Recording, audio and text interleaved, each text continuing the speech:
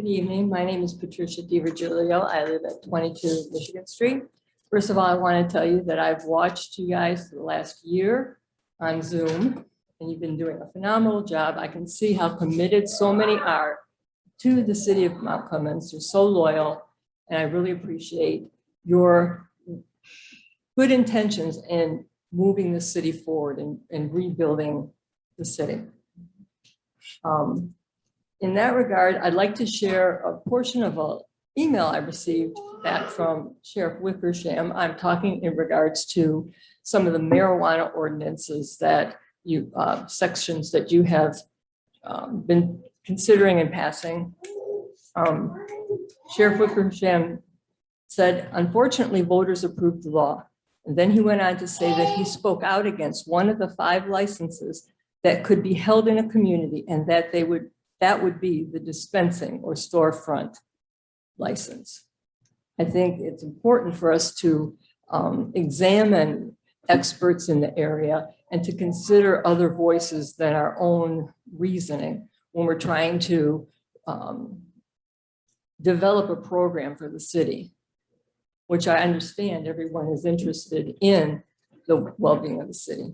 Last year, the residents, the voters of Clinton Township, squashed an initiative for marijuana sales in their city because they did not want vendors within 5 miles of their homes and schools. Mount Clemens is 4 square miles.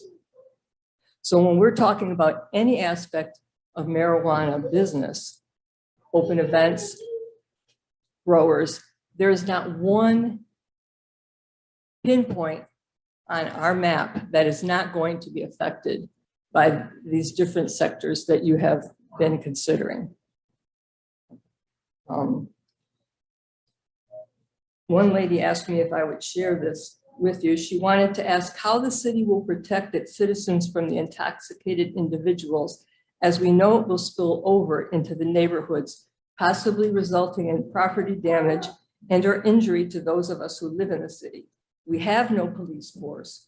Who will keep the inebriated confined? I am incredulous that no one additionally has spoken up on behalf of our student population and the effect that open venues, events would have on our young people. I'd like to just share a little remind you of an Aesop's fable of a porcupine and a family of snakes. And these snakes kindly invited a porcupine to take shelter in their nest. But they found that after a while, the porcupine's quills were poking them, and it was wounding their children, and it was very uncomfortable.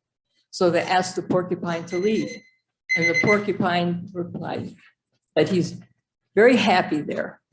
So I'd like to end by asking you, at what age would you find it appropriate for your child, your grandchild, or a student to start smoking marijuana? 8, 10, or 13 years? Thank you.